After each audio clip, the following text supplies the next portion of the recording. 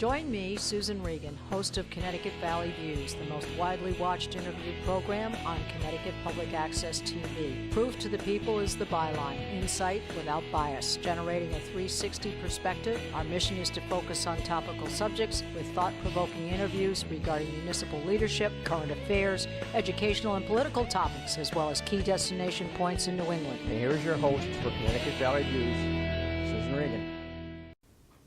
Hello, and thank you for joining me today. I'm delighted to have as my guest William Volosky. He is the building official and zoning officer for the town of Granby, and he's the building official for Heartland.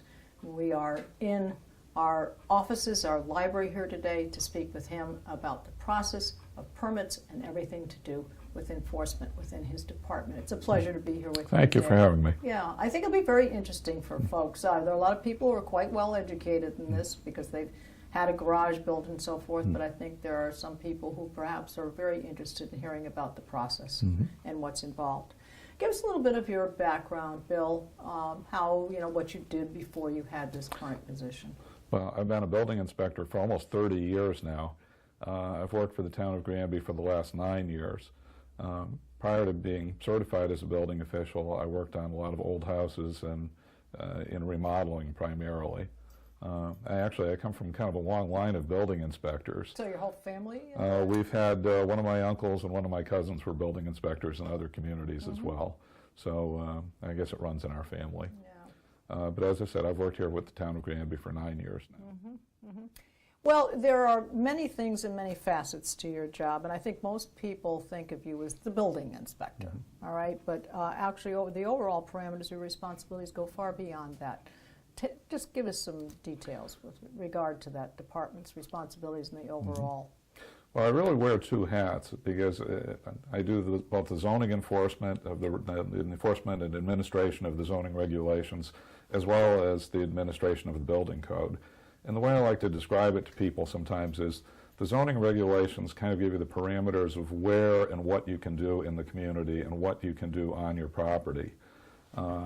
Distances to property lines, where different types of structures and uses can be conducted on the property. The building code, on the other hand, actually describes how you build or how you construct whatever it is you're going to use on the property. In the simplest terms, I always tell people that the building code part of my job is I get to help people live in safe buildings. Yes, yes. Well, I think that sometimes people will look at you as like, well, he's preventing me from doing something, but in actuality, you're protecting them. Right. You're protecting them for potential hazards of various kinds.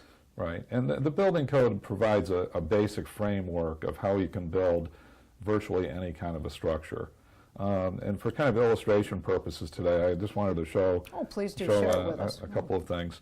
This is the oldest copy of a building code that I've been able to find, and this goes back to 1927. Well, at least they wrote something. And it's, at least they had some outline. And it's a 28-page building code that described everything that you needed to know to build in 1927. And what did you think of it? I mean, when you read it, do you think? There's I mean, still obviously parts of it that are times. actually pretty valid today, which is kind of interesting. Yeah. But the other thing I have on the table here in front of us is this is the current Connecticut State Building Code, which actually weighs in at 3,700 pages. Oh my Lord! And it basically goes over any kind of a constructed building or use that you could build. Sometimes people, when they build a project, could be something very simple that maybe only a page or two of the building code apply to that particular project. Sure. But this is everything up to skyscrapers and any type of a building. How much has that document changed, say, over the past 10 years? Has that changed? I mean, how often do they update it or change it? That's a very good question. Connecticut's most recent update of the building code was about 5 years ago, but the process of updating the state building code is kind of a very laborious process, and it takes us a lot longer than it needs to. Do you ever find conflicts between the zoning and the town and the thing? I mean, do you ever run into a funny situation where they conflict with each other? Not that unusual, because people have to comply with the zoning regulations and the where of their what they're building prior to applying for the building permit. Right. Sometimes it's a simultaneous process, but they have to satisfy the zoning requirements first prior to beginning the building process. All right, so I would say the first step we might say, and you correct me if I'm wrong on this, the first thing is you really want to know where your property lines lie. Correct. Okay. And I want to use the illustration today of someone building a deck on their house, because that's something that most homeowners can relate to very easily. So the first thing that we look for when people come in is some sort of a map or a survey or at least a sketch of the property showing approximately where they want to build the deck. And then we start to look at how far does that deck need to be from property lines to satisfy the zoning requirements. Is it far enough away from their septic system or their well, or if there are easements or right-of-ways on the property for drainage or for other easements and things of that nature, is it far enough away?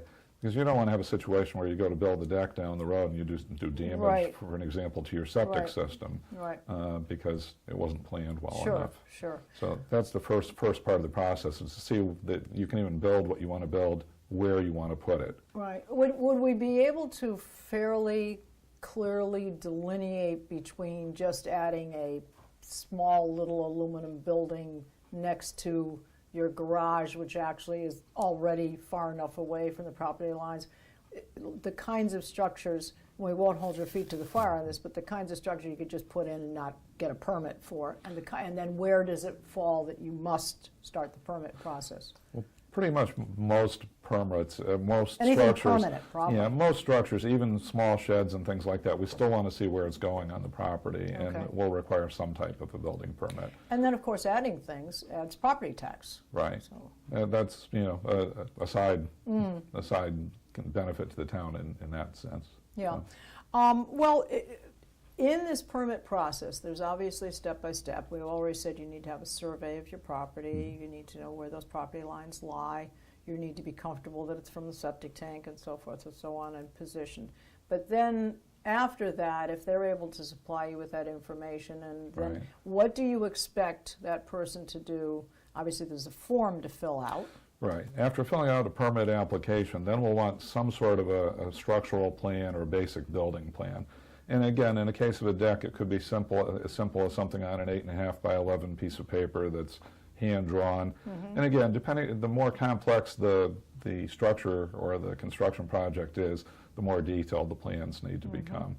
And again, the 3,700-page building code looks pretty daunting Right. when an applicant comes in sometimes. But Right. as I said, there might only be several pages of the building code that even apply to the scope of the project that they might want to build. Now, if the project's relatively large, let's say it's of some scope, and they have drawings, and they actually have a vendor who is going to supply them with putting the building in and so forth, and what type of building, and you're happy with that, and they apply for their permit and so forth. Do you get into a situation where someone has to be the general contractor? Not necessarily. Again, Okay. a homeowner, particularly on a single-family house, can always be their own contractor. You can build an entire single-family house as the homeowner. Again, the more complex the project, typically you're going to So want what happens if they're the general contractor and something's going wrong? What can happen? Or Well- do you want an outside contractor, or you're Well, better off doing it yourself? again, depending because you have on- to pay extra for a general contractor. Right. Yes. And again, some homeowners are very talented and they can do their own projects. One of the things that we kind of run into these days is people watch a lot of HGTV Yes. and DIY TV Right. and things like that, and Right. they think to themselves, oh, it only took them a half hour on the Yes. show to remodel their kitchen. Yes, yes. And sometimes people don't know what they're getting themselves into. Well, the other thing I think you can run into too is that if they're not great at doing own home projects, sometimes they may have put in some wiring wrong somewhere themselves in an attempt to save money, Right. and then you're going to run into the problem and say, "Oh, this thing was wired all wrong. There's no Right. way we can do this." Panels and Right. various things that are Well, involved. one of the most important parts of our job as building officials is education. And preliminary review of the plans with the applicant or homeowner, whoever's going to do the project. So it's kind of walk through the process, walk through the different stages of inspections and when we expect to be out there. And in some cases, we try and even do a pre-inspection for certain types of projects that could potentially have stumbling blocks along the way, so that we can minimize the chance of any kind Sure. of problems along the All way. right, let's take a fairly complex project. Let's just say that someone has a home and they're going to, maybe they have a deck currently, and they want to make that into a sun porch with the anticipation they may eventually make it into a 3-season, 4-season room and Right. so forth.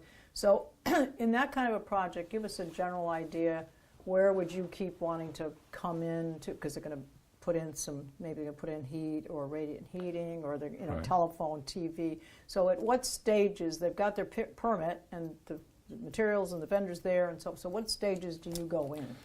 Depending, typically, let's say a sunroom or something along a project like that, we'll typically look at a footing or a foundation inspection before the concrete is even poured, to make sure that it's on solid ground, it's on virgin material, it's not on fill or things like that that wouldn't properly support the structure eventually being built. The next time we would need to see it is probably when it's all completely framed. And then we typically like to see it when the electrical and plumbing and things like that are installed before it's covered. And then in a case like that, we'd probably do a final inspection. So a project like that, typically 3 or 4 inspections at different stages of progress. All right, so you've been on obviously a multitude of, how many, could you take a wild guess in your 9 years, how many projects, both commercial and residential? Well, or how many do you do a year on average, right. let's say? Well, we issue about 1,000 building permits a Wow. year in Granby. Wow. Last year, there was about $13 million worth of construction in Granby, which might surprise a lot of your viewers, just because they don't typically see right now any really large subdivisions or Yes. things like that, or Yes. large projects, but projects here, projects there. There are some commercial projects and things like that, people converting a business to a different type of business, let's say. So it's about 1,000 building permits a year. The other thing that we discussed earlier is that we also provide building inspection services for the town of Heartland by contract. Heartland obviously is a much smaller town than Granby, Sure. not very much business up there, but that's an additional 100 permits or so we issue. Again, some permits and some projects are very simple and only require 1 inspection and they're finished. Other permits might require 10 inspections or more. Because of the electrical and the Yeah, whatever. because of the insulation. complexity or the schedule or the Sure, fact that the right. project is being phased and you have to finish this phase before moving on to the next phase or next section. Well, in the permit process, here's a question I'm sure our viewers would like to hear about. How do they determine how much they're going to pay for the permit? How is that determined? Most towns have a permit schedule that sets minimum permit fees. In Granby, our building permit fee is $16 per $1,000 of constructed value. So then basically the gross cost of the project Okay. divided by 1,000 times $16. All right, so they need to be prepared for that cost. Any other fees, anything else involved in the process of very- any type of project? Very seldom. I mean, our permit fee is pretty comprehensive. And in some other communities, it's not that way. In other because we're a small office and everything is kind of consolidated in one place, our permit application process is a lot simpler than in some towns. In some larger communities, sometimes there's a separate zoning process, separate engineering process, separate health department process, and a permit applicant might have to go to 4 or 5 different departments or offices to get a sign-off before they come in even to apply for the building permit. Sure. Well, then another thing that needs to be taken into account is, depending again on having the survey of the property, Right. is that they may require a variance. So if you explain that to us. Right. There is a process where people may have to apply to the Zoning Board of Appeals in some cases if there's something unusual or some unusual hardship about the property, where the property might be shaped in an unusual way or have unusual topographic features where they can't meet the zoning setbacks in the normal sense. So there is always an appeal process where people have that ability if their project can't fit in a normal fashion. And then included in this entire process, depending on what it is, how big it is, how it might be impacting the property or the overall look, because there's a look to be taken into this, Then how do the neighbors factor into this? In most cases, the neighbors don't really have. Because you let the neighbors know, right? In applications that go to the Planning and Zoning Commission, the Wetlands Commission, the Zoning Board of Appeals, our office does notify abutting property owners. But in something that's a project that complies with the normal zoning regulations, the neighbors really typically wouldn't have much say in that matter, as long as you're meeting the normal setbacks and normal parameters of the regulations. Does it ever come to bear that the design of the building, let's say that they're going to comply with all the regulations that are required, zoning and all of the building requirements and so forth, a style? If the house is a contemporary house, but they want to put on a colonial garage, does anybody care? The building code really doesn't affect those parameters very much. The design is still pretty much up to the applicant. Okay. And that's a good question in that I always like to tell people there could be, in the building code or in the way something's constructed, there could be 50 right ways to construct it. Sure. That's always up to the applicant to make that choice, which methods or which styles they're going to use. I get to make the determination that they've done it safely and in compliance with the codes and regulations, but the design is still up to the applicant or the owner of the property. Still up to them, yes. Now, when people are getting something done on their property, and it appears that things are going along well and smoothly and so forth and so on, have you ever run into a major thing that kind of like halted the whole thing? People run into surprises all the time in construction. Can you give us an example of something that was rather difficult? Very, very common for people to run into structural issues in a building, especially if it's an old building, that they may not have anticipated. They go to open up a wall or move something, and they find something that they didn't anticipate. Right. But again, that's where we try and work with homeowners and work with contractors to make the project move smoothly and to sometimes meet and resolve those kind of issues. Well, obviously, you're doing everything you can to service the town, everything you can to meet the dreams of people that want to do things. Have you ever actually had to say, we can't do that? I mean, if you run into a situation where maybe they got the variance, but something that has halted the project because you didn't like it, or, I mean, we want to have people prepared that if they come in, there might be some reason why they might be denied. We run into people that sometimes haven't planned the project carefully enough, and again, they run into unanticipated issues or problems or sometimes structural issues that they just didn't anticipate. Which, of course, runs more money. Right, right. And again, I think people sometimes take for granted that, we've seen our other neighbors did this. We think we should be able to do it just as easily or in a similar way. And their circumstances or their structure might be different, and it may just not work as well. Yeah, well, we talked about structures and putting things up, but what about putting things down, like a pool? Again, swimming pools. Some of the mechanical projects we see quite a bit these days. We see things like solar photovoltaic, very common in town now.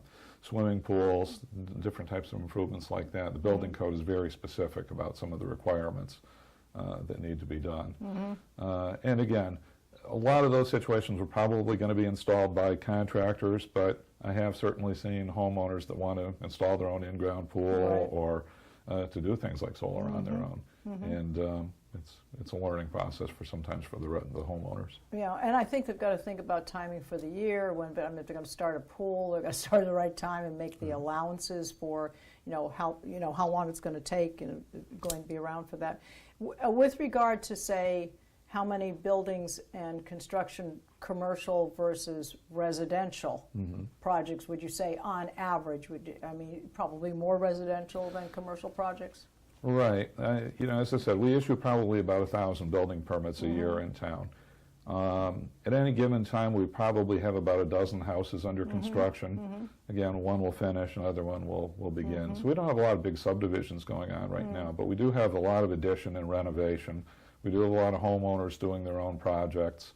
If I were to guess, I'd say probably about 25 or 30% of the projects we see in town are by homeowners themselves. Commercial projects right now, we have some conversions and different things like that going on. One project, which is both, I would call residential and commercial, we have a 34-unit apartment complex going. That's in process right now? Yeah, it's under construction down behind Stop and Shop at the end of Mill Pond Drive. And that'll be, as I said, 34 units of townhouse apartments. Probably 10% of our permits may have some sort of commercial component. Well, with regard to getting involved in that type of thing, let's say a large project like Stop and Shop or whatever, who has the final, you and someone else, or has the final approval on everything is okay? Depending on the nature of the project, we work on commercial projects particularly, we work very closely with the fire marshal. In some cases we may work also with the Farmington Valley Health District, may have some jurisdiction or some say over different types of commercial businesses. But when you get into a public building like that, like a Stop and Shop or something like that, where the public's going to be involved, the building code requirements are quite a bit more stringent because every day you're inviting people that aren't familiar with that building are going to be in there. They're going to be complete strangers in some cases to the building. Much different than somebody living in their own home. Yeah. Well, I think that when it comes to the process of wanting to add something on and wanting to get you involved in it, is it a good idea for people to come to you even before the process starts and announce it or alert you to it so that you can tell them about the process, we've told them here, or just come in and then you explain, make an appointment with you? Would that be the right first step, make an appointment to get the parameters of what they hope to do? Right. We always like to have people come in early in their planning process and as much as possible, and to go over even preliminary plans sometimes with us.